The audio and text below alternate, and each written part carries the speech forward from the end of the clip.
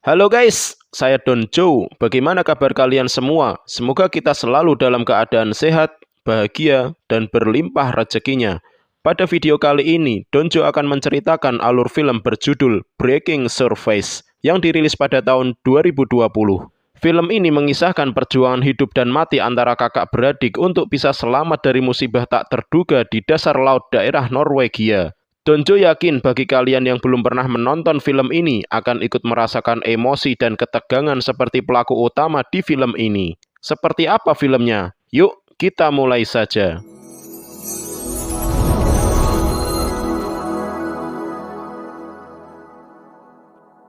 Film diawali dengan gonggongan seekor anjing putih di tepi dermaga yang mengisyaratkan adanya bahaya. Tiba-tiba, seorang gadis kecil bernama Ida muncul ke permukaan air dengan sangat syok dan langsung meminta tolong kepada ibunya karena si adik terjebak di bawah dermaga saat mereka sedang berenang. Sang ibu pun segera menyelam untuk menyelamatkan si adik yang bernama Tuva.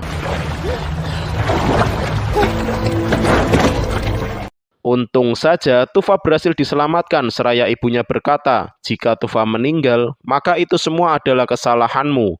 Ida kecil pun sangat syok mendengar perkataan ibunya itu. Ternyata semua itu adalah kenangan traumatis masa kecil Ida yang kini ia sudah dewasa dan berkeluarga, serta mempunyai satu putri berumur 5 tahun. Tapi saat ini hubungan Ida dengan suaminya sedang tidak harmonis. Ida lantas meminta izin kepada anaknya untuk pergi menyelam bersama bibi Tuva dan nenek, serta menenangkan putrinya tersebut dengan berkata bahwa ayah dan ibu akan baik-baik saja. Sekarang kau segera tidur karena ini sudah larut malam.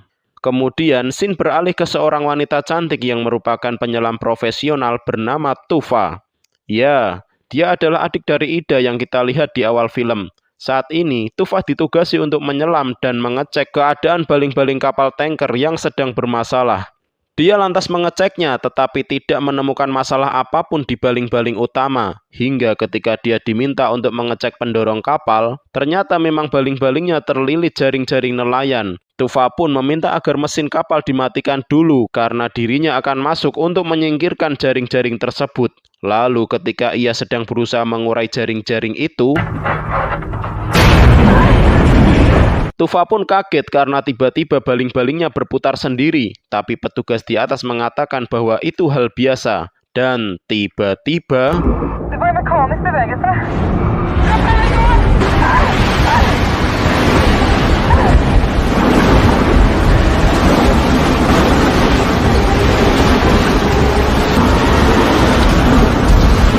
Tuva yang emosi langsung menuju ke bagian haluan kapal untuk mencari tahu siapa orang yang hampir membuatnya mati. Dan ternyata ada seseorang yang lagi santai dan asal ngidupin mesin kapal. Sangat menganjingkan tuh orang.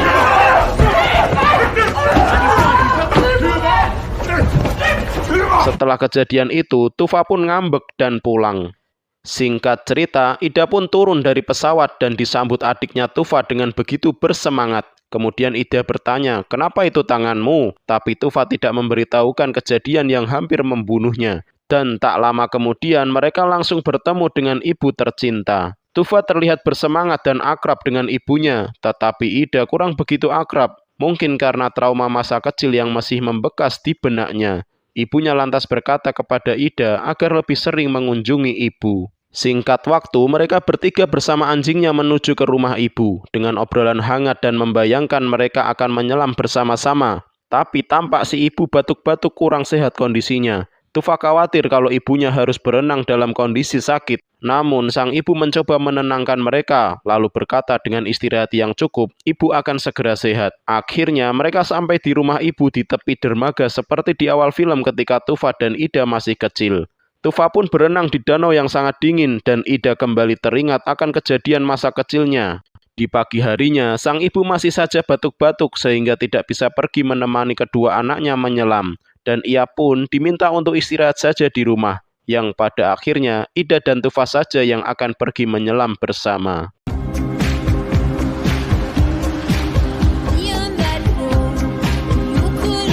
Setelah berjam-jam melakukan perjalanan, mereka lalu terhenti karena melihat seorang wanita yang mobilnya mogok. Tuva yang berjiwa sosial tinggi pun bergegas menolongnya. Wanita tersebut mengatakan terima kasih dan dirinya juga telah menelpon Kang Derek Ida pun lantas mengajak Tufa untuk melanjutkan perjalanan, tapi karena Tufa sangat peduli dan baik hati, dia malah mengambil dongkrak dan tetap membantu wanita itu. Tak berselang lama, Kang Derek pun datang, lalu mereka kembali melanjutkan perjalanan. Singkat waktu, sampailah mereka di tepi laut, mereka segera mempersiapkan peralatan selamnya. Tufa berkata bahwa ibu dan aku sering ke sini untuk menyelam. Perkataan itu membuat Ida sedikit cemburu karena ia nggak pernah diajak ibunya ke sini. Mereka pun mempersiapkan segalanya, bahkan anjing mereka juga ikut membantu mengambil kayu bakar. Dan tiba-tiba,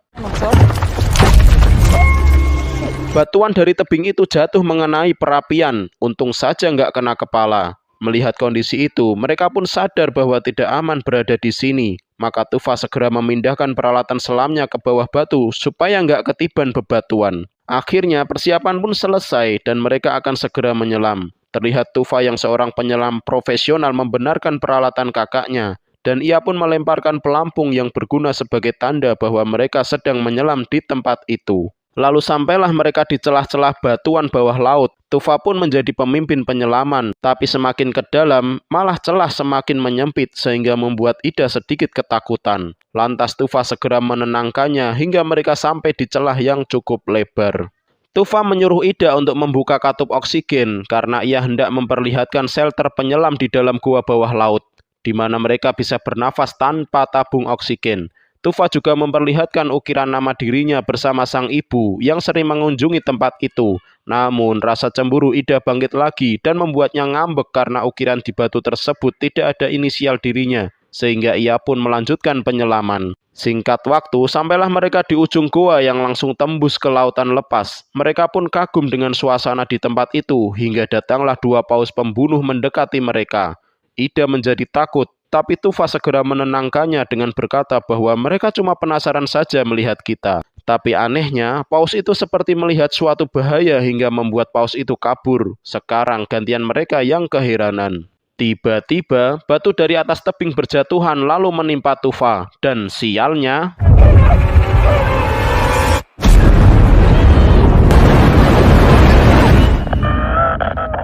Tufa tertimpa batu besar dan terseret masuk ke dalam dasar lautan. Ida yang panik lantas segera menyusul adiknya ke dasar laut dan terus mencarinya.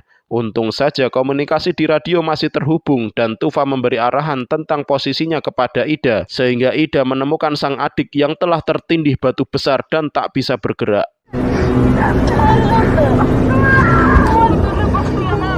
Ida berusaha mengangkat batu itu, tapi batu itu tak bergerak sedikit pun. Tufa yang dengan kondisi tertindih pun masih bisa tenang dan menyuruh kakaknya untuk tenang juga agar menghemat oksigen. Tufa lalu menginstruksikan satu persatu langkah yang harus diambil Ida. Pertama, Tufa menyuruh kakaknya untuk menandai lokasinya dulu, barulah dia disuruh pergi ke darat untuk mengambil oksigen cadangan dan juga dongkrak yang ada di bagasi mobilnya. Mendengar hal itu, Ida pun bergegas menuju ke permukaan dan segera mencari alat-alat yang dibutuhkan. Tapi ternyata peralatan dan oksigennya malah tertimpa longsoran bebatuan dari tebing, sehingga Ida tak bisa mengambilnya. Ida yang tambah panik dan bingung lalu bertanya pada adiknya, "Aku harus bagaimana?" Lalu Tufa menyuruh Ida untuk ke mobil saja karena ada 2 tabung oksigen cadangan dan juga dongkrak di bagasi. Tufa mengingatkan Ida harus bergerak cepat karena oksigennya tersisa 15 menit saja. Ida pun menyetel stopwatch-nya di angka 15 menit dan segera menuju mobil. Tapi sialnya, ia baru sadar kalau kunci mobil berada di saku Tufa. Ia lantas mencoba memecahkan kaca dan berhasil mendapatkan 2 tabung oksigen. Tapi ketika ia akan membuka bagasi, ia malah nggak tahu tombol bagasi di sebelah mana. Waktu pun tinggal 6 menit dan ia tetap tak bisa membuka bagasi mobil. Segala cara ia lakukan untuk membukanya, tapi selalu gagal. Ida berpikir untuk membawakan dulu tabung oksigennya agar jangan sampai Tufa kehabisan nafas. Apalagi Tufa menyampaikan bahwa oksigennya sudah berada di angka 0. Mendengar hal itu, Ida pun segera masuk ke air. Tapi tiba-tiba, saat genting seperti ini, malah tabungnya jatuh.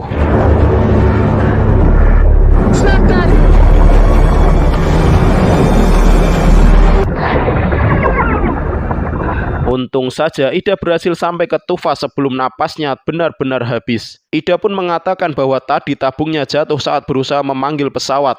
Kau pakai dulu tabungku dan aku akan mencari tabung yang tadi jatuh. Ida pun lalu menyelam mencari tabung tersebut hanya dengan satu tarikan nafas.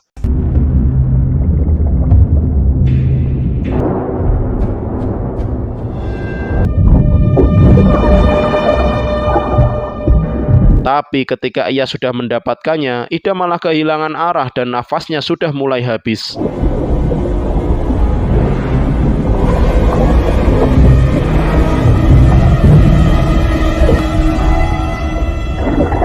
Untung saja tepat pada waktunya Ida menemukan Tufa. Setelah tabung sama-sama terisi, mereka jadi punya sedikit waktu untuk mencari solusi lainnya.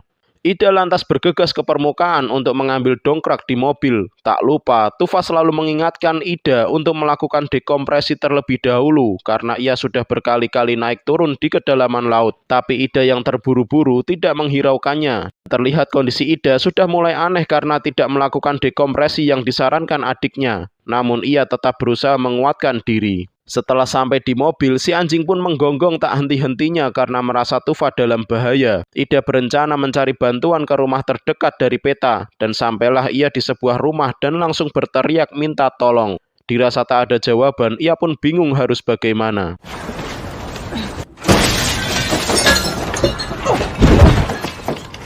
Akhirnya Ida nekat memecah kaca dan masuk tanpa izin, tapi sialnya ia disambut anjing galak.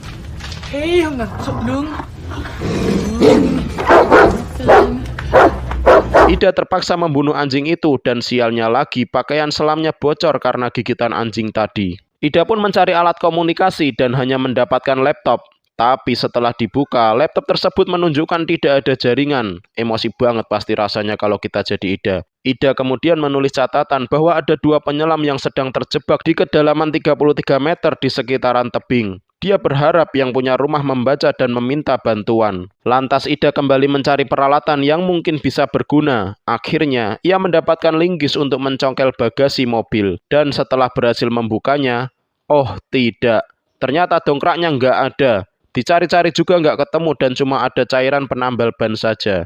Ida ingat mungkin dongkraknya ketinggalan saat berusaha menolong wanita yang mobilnya mogok. Ida pun mulai lelah dan putus asa. Si anjing pun terlihat mengerti dengan apa yang dirasakan oleh Ida. Kemudian ia kembali teringat kejadian masa lalu yang hampir membuat adiknya mati. Tetapi ia kembali ingat bahwa Tufa adalah tanggung jawabnya. Lantas Ida pun mengambil tiang jalan untuk menggantikan dongkrak dan menambal baju selamnya menggunakan cairan penambal ban. Ida kembali menemui Tufa yang sudah lama ditinggalkan. Namun saat akan turun,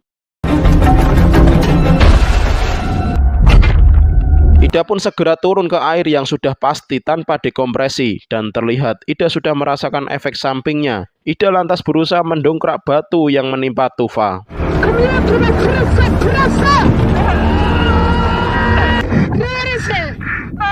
Tapi tetap saja batu itu tidak bergerak sama sekali. Oksigen pun terkuras karena usahanya itu. Lalu Tufa menyarankan agar pindah posisi celah lainnya dan kembali mencoba mendongkraknya.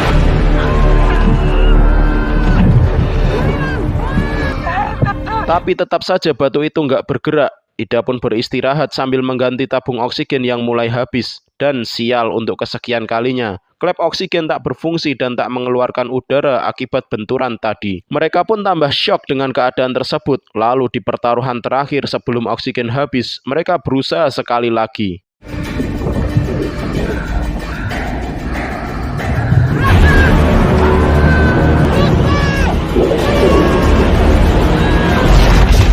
Tapi sial, kayu pengungkit malah patah dan oksigen semakin habis. Kemudian Tufa meminta Ida untuk membuka BCD atau rompi apung untuk diisi oksigen agar bisa mengungkit batu ini. Ini adalah pertaruhan terakhir, jika gagal maka selesai sudah.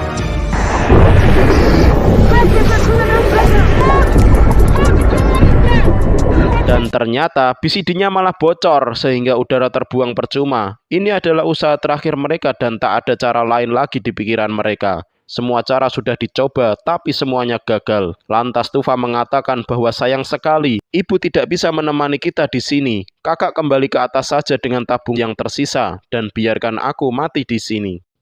Ini adalah pilihan terbaik meski Ida menolaknya. Tapi jika seperti ini terus, maka mereka berdua akan sama-sama mati. Dan tiba-tiba Ida tidak tega yang lantas memberikan oksigennya kepada Tufa. Ida segera naik ke permukaan tanpa tabung oksigen dan jelas tak akan melakukan dekompresi. Ida pun sampai di daratan dan muntah darah. Dia sangat sedih dan bingung harus melakukan apa lagi. Terlebih oksigen Tufa pasti akan habis dan dia akan mati di sana. Tapi tiba-tiba ia teringat dengan cairan penambal ban dan segera meluncur ke dasar laut dengan membawa batu pemberat.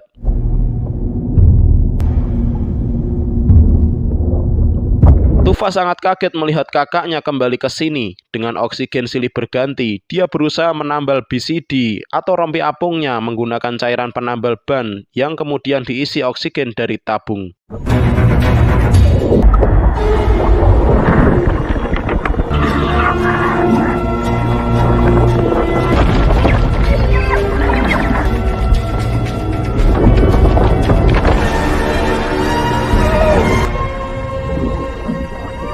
Akhirnya cara itu berhasil dan Tufa bisa lepas dari batu besar itu. Mereka lanjut menuju ke shelter gua dengan menggunakan satu tabung oksigen secara bergantian. Tapi Tufa menyadari keadaan kakaknya yang mulai mengeluarkan darah dari telinganya karena efek tidak melakukan dekompresi secara berulang-ulang.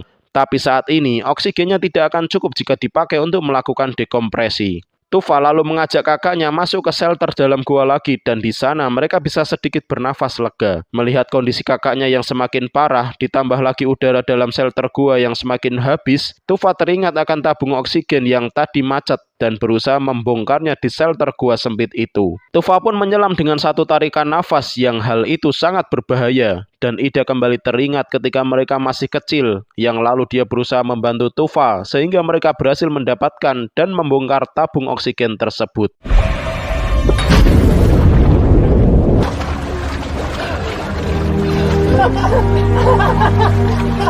Kemudian udara segar keluar dan mereka pun sangat gembira. Tapi selang beberapa saat, Ida yang semakin parah membuat Tufa harus segera membawa kakaknya ke daratan. Dan tak berselang lama, ada helikopter yang datang menjemput mereka, yang mungkin saja berkat catatan Ida ketika berada di rumah warga. Dan pada akhirnya, mereka berdua bisa selamat. Film pun selesai. Saya juga mengucapkan terima kasih banyak untuk kalian semua yang sudah menonton video ini hingga selesai dan mensupport channel Donjo dengan mengklik tombol subscribe dan mengaktifkan loncengnya. Tanpa kalian semua, channel ini tidaklah berarti apa-apa. Akhir kata, Donjo izin pamit. Sampai jumpa di video selanjutnya.